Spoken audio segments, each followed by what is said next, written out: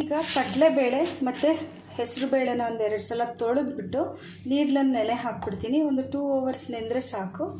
ಉದ್ದಿನಬೇಳೆನೂ ಅಷ್ಟೇ ತೊಳೆದ್ಬಿಟ್ಟು ನೀರಿನಲ್ಲಿ ನೆನೆಸ್ತೀನಿ. ಇದು 1 hour ನೆಂದರೆ ಸಾಕು. ಸೊ ಇದು ಗ್ರೈಂಡ್ ಮಾಡೋಷ್ಟರಲ್ಲಿ ಇದು ಕರೆಕ್ಟಾಗಿ ನೆಂದಿರುತ್ತೆ. ಇಲ್ಲದ್ರೆ ಅಟ್ ಎ ಟೈಮ್ ಮಾಡ್ಕೊಳ್ಬೋದು. 1 ಕಪ್ಪು ಅದೇ ಸೇಮ್ ಮೆಷರ್ಮೆಂಟ್ ಕಪ್ಪಲ್ಲಿ 1 ಕಪ್ಪು ಅಕ್ಕಿನ, ಅಂದರೆ ನಾರ್ಮಲ್ ಊಟದ ಅಕ್ಕಿ ಇದು, ಅದನ್ನು ತೊಳೆದ್ಬಿಟ್ಟು ಸ್ಟ್ರೈನ್ ಮಾಡಿಟ್ಟಿದ್ದೀನಿ. ಇದನ್ನು ಕೂಡ ಒಂದು ಟವಲ್ ಮೇಲೆ ಹಾರಾಕ್ಬಿಡ್ತೀನಿ. ಇವಾಗ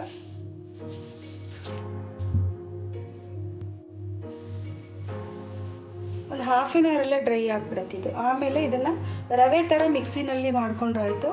ಈ ಥರ ಮಾಡೋಕ್ಕಾಗಲಿಲ್ಲ, ಅಕ್ಕಿನ ತೊಳೆದು ಹಾಕೋಕ್ಕಾಗಲಿಲ್ಲ ಅಂತ ಅಂದರೆ ನೀವು ಇಡ್ಲಿ ರವೆ ಬರುತ್ತಲ್ಲ, ಅದು ಯೂಸ್ ಮಾಡ್ಕೊಳ್ಬೋದು.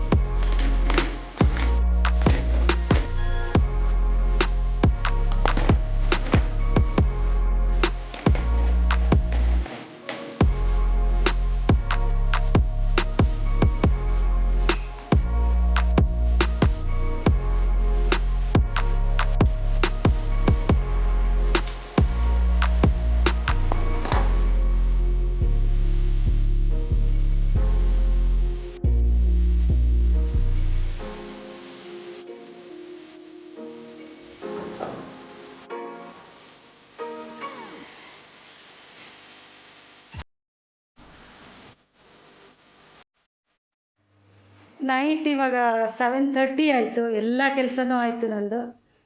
ಇವಾಗ ನೋಡಿದ್ರಿ, ಪಾತ್ರೆ ಎಲ್ಲ ತೊಳೆದು ಎಲ್ಲ ಆಯಿತು. ಊಟಕ್ಕಿಂತ ಮುಂಚೆ ಯಾವಾಗಲೂ ಕ್ಲೀನಿಂಗ್ ಮಾಡಿಕೊಂಡ್ರೆ ತುಂಬ ಒಳ್ಳೆಯದು. ಸೊ ಇವಾಗ ಇನ್ನೂ ನಾನು ಕಡುಬಿಗೆ ಎಲ್ಲ ನೆನೆ ಹಾಕಿದ್ದೆ ನೋಡಿ, ಅದೆಲ್ಲ ಹಾಗೇ ಇದೆ. ಇನ್ನು ಈಗ ಗ್ರೈಂಡ್ ಮಾಡಬೇಕು.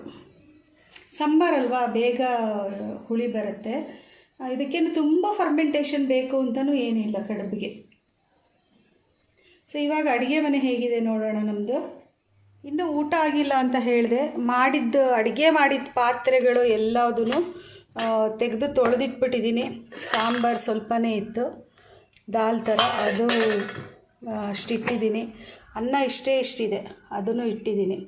ಸೊ ಬೇರೆ ಏನಾದರೂ ಮಾಡ್ಕೊಂಡ್ರಾಯಿತು.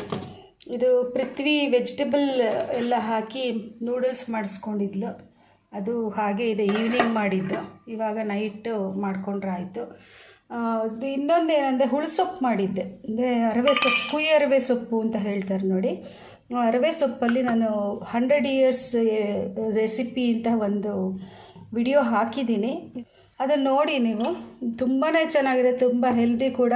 ಇದರಲ್ಲಿ 1 ಡ್ರಾಪ್ ಆಯಿಲ್ ಬೇಡ, ಬೇಕಾದ್ರೆ ಒಗ್ಗರಣೆಗೆ ಆಯಿಲ್ ಹಾಕ್ಕೊಳ್ಬೋದು ಅಷ್ಟೇ ಹೊರತು ಬೇರೆ ಯಾವುದ್ರಲ್ಲೂ ಆಯಿಲ್ ಇರೋಲ್ಲ. ತುಂಬಾ ಚೆನ್ನಾಗಿರುತ್ತೆ. 1 week ತನಕ ಫ್ರಿಜ್ಜಲ್ಲಿ ಸ್ಟೋರ್ ಮಾಡ್ಬೋದು. ಇದು ಒಂದು ಸ್ವಲ್ಪ ಸೊಪ್ಪಿನ ಚಟ್ನಿ ಥರ ಇರುತ್ತೆ, ಮುದ್ದೆಗೆ, ಚಪಾತಿಗೆ, ದೋಸೆಗೆ ಎಲ್ಲದಕ್ಕೂ ಚೆನ್ನಾಗಿರುತ್ತೆ.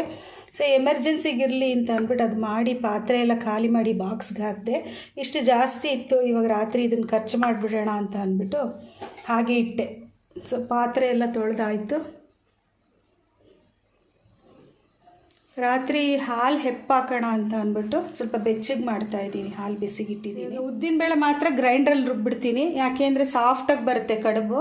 ಮಾಡೋಕ್ಕಿಂತ ಮುಂಚೆ ಮಿಕ್ಸಿ ಜಾರ್ ಡ್ರೈ ಇರಬೇಕಾದ್ರೇ ಈ ಅಕ್ಕಿನೂ ರವೆ ರವೆ ಥರ ಮಾಡ್ಕೊಂಡ್ಬಿಡ್ತೀನಿ. ಈಗ ಅಡುಗೆ ಮನೆ ಚಿತ್ರಣ ಫಾಸ್ಟಾಗಿ ಒಂದು ಸಲ ನೋಡಿಬಿಡೋಣ. ಬಿಂದಿಗೆಯಲ್ಲಿ ನೀರು ತುಂಬಿಟ್ಬಿಟ್ಟಿದ್ದೀನಿ ನಾಳೆ ಅಡುಗೆಗೆ. ನಂಗೆ ಮಲಗಬೇಕಾದ್ರೆ ಅಡುಗೆ ಮನೆ ಸ್ವಲ್ಪ ಖಾಲಿ ಖಾಲಿ ಥರ ಇದ್ದರೆ ಒಂಥರ ಖುಷಿಯಾಗುತ್ತೆ ಬೆಳಗ್ಗೆ ಎದ್ದು ಬಂದಾಗ. ಆಗಿದೆ ಉದ್ದಿನಬೇಳೆ ಸಾಕಿಷ್ಟು.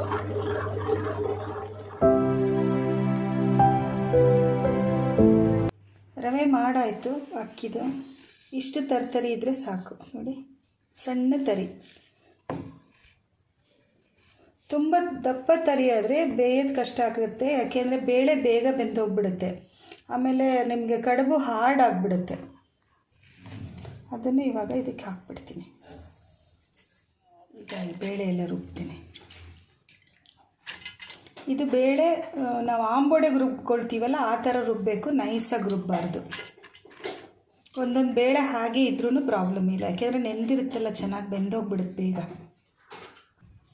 ನೋಡಿ ಇಷ್ಟಾದರೆ ಸಾಕು. ಒಂದೊಂದು ಬೇಳೆನೂ ಹಾಗೇ ಇರುತ್ತೆ ಆಂಬೋಡೆಲಿದ್ದಂಗೆ, ಸಾಕಿಷ್ಟು.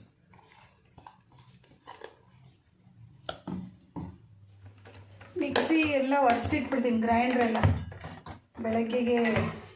ಸೊ ಅಡುಗೆ ಮನೆ ನೀಟಾಗಿರುತ್ತೆ. ಇದು ಕೆಲಸನೂ ಆಗೋಯ್ತು ಇಲ್ಲ.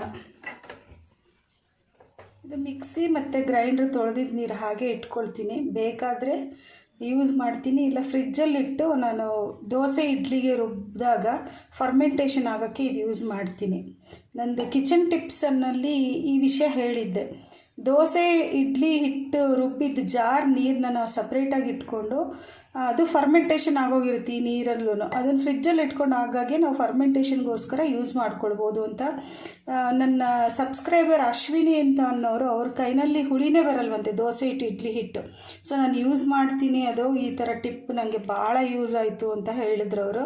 ಸೊ ಯಾರ ಕೈನಲ್ಲಿ ಫರ್ಮೆಂಟೇಷನ್ ಆಗಲ್ಲ, ಹುಳಿ ಬರಲ್ಲ, ಅವ್ರು ಈ ಥರ ಟಿಪ್ ಅನುಸರಿಸ್ಬೋದು. ಇದು ಈಸ್ಟು ಅದೆಲ್ಲ ಆ್ಯಡ್ ಮಾಡೋ ಬದಲು. ಇವಾಗ ಇದಕ್ಕೆ ಸ್ವಲ್ಪ ಉಪ್ಪು ಹಾಕ್ತೀನಿ, ಚೆನ್ನಾಗಿ ಮಿಕ್ಸ್ ಮಾಡಿ ಇಟ್ಬಿಡ್ತೀನಿ. ಮಿಕ್ಕಿದ ಇಂಗ್ರೀಡಿಯೆಂಟ್ಸ್ ಎಲ್ಲ ನಾನು ಬೆಳಗ್ಗೆ ಆ್ಯಡ್ ಮಾಡ್ಕೊಳ್ತೀನಿ, ಇವಾಗಲೇ ಆ್ಯಡ್ ಮಾಡೋಕ್ಕಾಗಲ್ಲ. ಕೆಳಗಡೆ ಅಕ್ಕಿ ತರಿ ಇದೆಯಲ್ಲ, ಹಿಟ್ಟು ಗಟ್ಟಿ ಆಗಿಬಿಡುತ್ತೆ. ಆ ನೀರು ನಮಗೆ ಬೇಕಾಗುತ್ತೆ, ಇವಾಗ ನಾನು ತೆಗೆದಿಟ್ಟಿರೋ ನೀರು. ಅವಶ್ಯಕತೆ ಇಲ್ಲ ಅಂತಂದರೆ ಫ್ರಿಜ್ಜಲ್ಲಿ ಇಟ್ಕೊಳ್ಬೋದು. ನಾನು ಫ್ರಿಜ್ಜಲ್ಲೇ ಇಟ್ಕೊಳ್ತೀನಿ, ನನ್ನ ಕೈನಲ್ಲಿ ಹುಳಿ ಬರೋದೇ ಇಲ್ಲ. ಇಡ್ಲಿ ಹಿಟ್ಟಿಗಿಂತನೂ ಗಟ್ಟಿ ಇರಬೇಕು.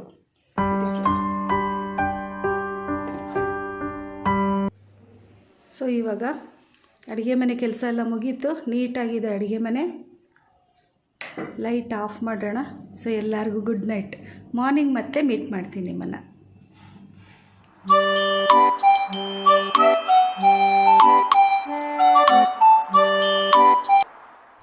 ಗುಡ್ ಮಾರ್ನಿಂಗ್ ಎಲ್ಲರಿಗೂ.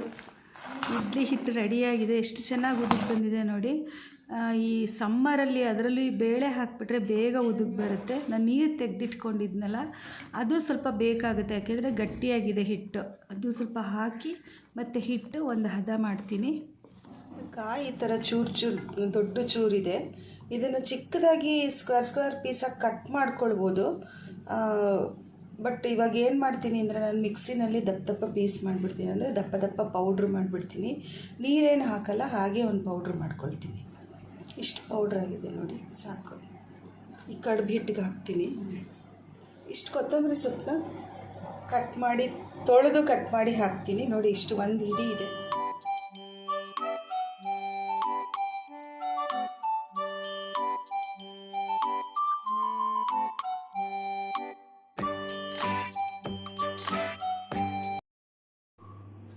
ಈ ಬಾಳೆ ಎಲೆ ಚೂರೆಲ್ಲ ನಾನು ಸ್ಟವ್ನಲ್ಲಿ ಒಂದು ಸಲ ಬಿಸಿ ಮಾಡ್ಕೊಂಡಿದ್ದೀನಿ. ಬಿಸಿ ಮಾಡಿಕೊಂಡ್ರೆ ಒಡೆದೋಗಲ್ಲ ಬಾಳೆ ಎಲೆ. ಸೊ ಇವಾಗ ಇದಕ್ಕೆಲ್ಲ ಎಣ್ಣೆ ಹಚ್ತಿದ್ದೀನಿ. ಬ್ಯಾಕ್ ಸೈಡ್ ಎಣ್ಣೆ ಹಚ್ತಿರೋದು ನಾನು, ಫ್ರಂಟ್ ಹಚ್ತಾ ಇಲ್ಲ. ಬಾಳೆ ಎಲೆ ಬ್ಯಾಕ್ ಸೈಡು. ಇಡ್ಲಿ ಹಿಟ್ಟು ಒಂದು ಹದಕ್ಕೆ ರೆಡಿಯಾಗಿದೆ, ಚೆನ್ನಾಗಾಗಿದೆ ನೋಡಿ. ಇವಾಗ ಆ ಎಲೆ ತೊಗೊಂಡು ಅದರಲ್ಲಿ 2 ಸೌಟು ಅಂದರೆ ನಮಗೆ ಬಾಳೆ ಎಲೆ ಏನು ಮೆಜರ್ಮೆಂಟ್ ಇರುತ್ತೋ ಅದಕ್ಕೆ ತಕ್ಕಂಗೆ ಆಚೆ ಬರದೇ ಇರೋಷ್ಟು ಹಿಟ್ಟು ಹಾಕಬೇಕು. ಇದು ಹಾಕಿ ಪ್ಲೇಟಲ್ಲಿ ಜೋಡಿಸ್ತೀನಿ. ಇದು ನಂಗೆ ಅಭ್ಯಾಸ ಇರೋದ್ರಿಂದ ಸ್ವಲ್ಪ ನನಗಿದು ಬೆಳಗ್ಗೆ ಹೊತ್ತು ಫಾಸ್ಟಾಗೇ ಮಾಡ್ತೀನಿ. ಅಭ್ಯಾಸ ಇಲ್ಲದೆ ಇದ್ದವರು ಸ್ವಲ್ಪ ಸ್ಟಾರ್ಟಿಂಗಲ್ಲೆಲ್ಲ ನೀವು ಸಂಡೇಸ್ ಮತ್ತು ವೀಕ್ ಹಾಲಿಡೇಸ್ ಇದ್ದಾಗ ಮಾತ್ರ ಮಾಡಿ. ನಾವು ಬಾಳೆ ಎಲೆಯಲ್ಲಿ ಈ ಥರ ಇಡ್ಲಿ ಮತ್ತು ಬಾಳೆ ಎಲೆಯಲ್ಲಿ ಊಟ ಇದೆಲ್ಲ ಮಾಡಿದ್ರೆ ಬರೀ ಟೇಸ್ಟ್ಗೋಸ್ಕರ ಮಾತ್ರ ಅಲ್ಲ, ಹೆಲ್ತ್ ಬೆನಿಫಿಟ್ಸು ತುಂಬ ಇದೆ. ನಿಮ್ಗೆ ಇನ್ನೊಂದು ವಿಷಯ ಹೇಳಬೇಕು, ನಮ್ಮ ಮುಖದಲ್ಲಿ ಆಗಿರೋ ಸನ್ ಟ್ಯಾನ್ ಕೂಡ ಇದರಲ್ಲಿ ಕಮ್ಮಿ ಆಗುತ್ತೆ, ಪಿಗ್ಮೆಂಟೇಷನ್ ಕೂಡ ಕಮ್ಮಿ ಆಗುತ್ತೆ. ಬರೀ ಮುಖಕ್ಕೆ ಹಚ್ಕೊಳ್ಳೋದಲ್ಲ, ಈ ಥರ ನಮ್ಮ ಅಡುಗೆಗಳಲ್ಲಿ ಯೂಸ್ ಮಾಡಿದ್ರೆ ನಮಗೆ ಭಾಳ ಯೂಸ್ಫುಲ್ ಆಗುತ್ತೆ. ಅದಕ್ಕೆ ನಾನು ವಿಡಿಯೋಸಲ್ಲೆಲ್ಲ ಪದೇ ಪದೇ ಹೇಳ್ತಾ ಇರ್ತೀನಿ, ನಮ್ಮ ನೇಚರಲ್ಲಿ ಸಿಗೋದನ್ನು ಯಾವುದನ್ನು ವೇಸ್ಟ್ ಮಾಡಬೇಡಿ, ಎಲ್ಲದನ್ನೂ ಚೆನ್ನಾಗಿ ಯೂಸ್ ಮಾಡ್ಕೊಳ್ಬೇಕು ನಾವು ಅಂತ ಅಂದ್ಬಿಟ್ಟು. ಸೊ ಇವಾಗ ಇಡ್ಲಿ ಎಲ್ಲ ಪ್ಲೇಟಲ್ಲೆಲ್ಲ ಜೋಡಿಸ್ತಾ ಇದ್ದೀನಿ. ಸೊ ಇಡ್ಲಿ ಬೇಗ ಆಗುತ್ತೆ, ಬಿಸಿ ಬಿಸಿ ಇಡ್ಲಿ. ಅಂದರೆ ಇದು ಎಷ್ಟೊತ್ತು ಬೇಯಿಸಬೇಕು ಅಂತ ಅಂದರೆ ಒಂದು 15 ಮಿನಿಟ್ಸ್ ಬೇಕು. ಬೇಳೆ ಎಲ್ಲ ಇರುತ್ತಲ್ಲ, ಚೆನ್ನಾಗಿ ಬೇಯಬೇಕಿದು. ನೋಡಿ ಇಡ್ಲಿ ರೆಡಿ ಆಯಿತು. ಎಷ್ಟು ಗೂಡು ಥರ ಹೇಗೆ ಬಂದಿದೆ ನೋಡಿ. ಅದೇ ಚೆನ್ನಾಗಿ ನಾವು ಗ್ರೈಂಡ್ ಮಾಡೋದ್ರಲ್ಲೇ ಇರೋದು. ಇಡ್ಲಿ ದೋಸೆ ಎಲ್ಲ ನಿಮಗೆಲ್ಲ ಗೊತ್ತಿದೆ, ಗ್ರೈಂಡ್ ಮಾಡೋದ್ರಲ್ಲೇ ಇರೋದು. ಎಷ್ಟು ಬಿಸಿ ಇದೆ ನನಗೆ ಕೈನಲ್ಲಿ ಮುಟ್ಟಕ್ಕೆ ಆಗ್ತಾಯಿಲ್ಲ, ಅಷ್ಟು ಬಿಸಿ ಇದೆ. ಹಾಗೂ ಟೇಸ್ಟಿಯಾಗಿ ಕೂಡ ಇದೆ. ಬರೀ ತುಪ್ಪ ಹಾಕ್ಕೊಂಡು ಕೂಡ ತಿನ್ಬೋದು, ಇದು ಅಷ್ಟು ಚೆನ್ನಾಗಿರುತ್ತೆ. ಇದಕ್ಕೆ ಬೇಕಾದರೆ ನೀವು ಜೀರಿಗೆ ಮೆಣಸು ಕೂಡ ಹಾಕ್ಕೊಳ್ಬೋದು. ನೋಡಿ ನಾನು ಟಿಫಿನ್ ಬಾಕ್ಸ್ಗೂ ರೆಡಿ ಮಾಡಿಬಿಡ್ತಾ ಇದ್ದೀನಿ. ಸೊ ಒಂದೇ ಸರ್ತಿ ಈ ಕೆಲಸ ಆಗುತ್ತೆ. ನಾವು ತಟ್ಟೆಗೆ ಹಾಕ್ಕೊಂಡು ಆಮೇಲೆ ಟಿಫಿನ್ ಬಾಕ್ಸ್ಗೆ ಹಾಕೋಕ್ಕಿಂತ ಟಿಫಿನ್ ಬಾಕ್ಸ್ನೇ ಜೊತೆಲಿ ಇಟ್ಕೊಂಡು ಅದಕ್ಕೂ ಹಾಕೋದು ನಮಗೊಂದು 5 ಮಿನಿಟ್ಸ್ ಡೆಫಿನೆಟಾಗಿ ಟೈಮ್ ಸೇವ್ ಆಗುತ್ತೆ. ಇಡ್ಲಿ ರೆಡಿ ಆಯಿತು. ಈಗ ಟೊಮ್ಯಾಟೊ ಮತ್ತು ಈರುಳ್ಳಿ ಹಾಕಿ ಒಂದು ಚಟ್ನಿ ಮಾಡಿದ್ದೀನಿ. ರೆಡ್ ಚಿಲ್ಲಿ, ಹಸಿಮೆಣಸಿನ್ಕಾಯಿ ಹಾಕಿ ಒಂದು ತೆಂಗಿನಕಾಯಿ ಚಟ್ನಿ. ಬೆಳಗ್ಗೆನೇ ಬೂದುಗುಂಬಳಕಾಯಿ ಮತ್ತು ಹಲಸಂದೆ ಕಾಳು ಹಾಕಿ ಹುಳಿ ಮಾಡಿದ್ದೆ, ಬೇಳೆ ಎಲ್ಲ ಹಾಕಿ. ಸೊ ಇದು ಬೇಕಾದರೆ ಸಾಂಬಾರು ಬೇಕಾದರೂ ಇದೆ, ಅದು ಕೂಡ ನೆಂಚ್ಕೊಳ್ಬೋದು. ಬಿಸಿ ಬಿಸಿ ಕಡುಬು. ಸೊ ನಂದಿದು ನೈಟ್ ರೊಟೀನ್. ಮಾರ್ನಿಂಗ್ಗೆ ಹೇಗೆ ರೆಡಿ ಆಗಬೇಕು ನೈಟಲ್ಲೇನೋ ವಿಡಿಯೋ ನಿಮ್ಗೆ ಇಷ್ಟ ಆಗಿದೆ ಅಂತ ಅಂದ್ಕೊಳ್ತೀನಿ. ಇಷ್ಟ ಆದರೆ ಒಂದು ಬಿಗ್ ಥಮ್ಸ್ ಅಪ್ ಕೊಡಿ. ಹಾಗೂ ನಿಮ್ಮ ಫ್ರೆಂಡ್ಸ್ ಆ್ಯಂಡ್ ರಿಲೇಟಿವ್ಸ್ಗೆಲ್ಲ ಶೇರ್ ಮಾಡಿ. ನನ್ನ ಚಾನಲ್ನ ಸಬ್ಸ್ಕ್ರೈಬ್ ಮಾಡಿ, ಸಪೋರ್ಟ್ ಮಾಡಿ. Thank you for watching. ನಮಸ್ಕಾರ.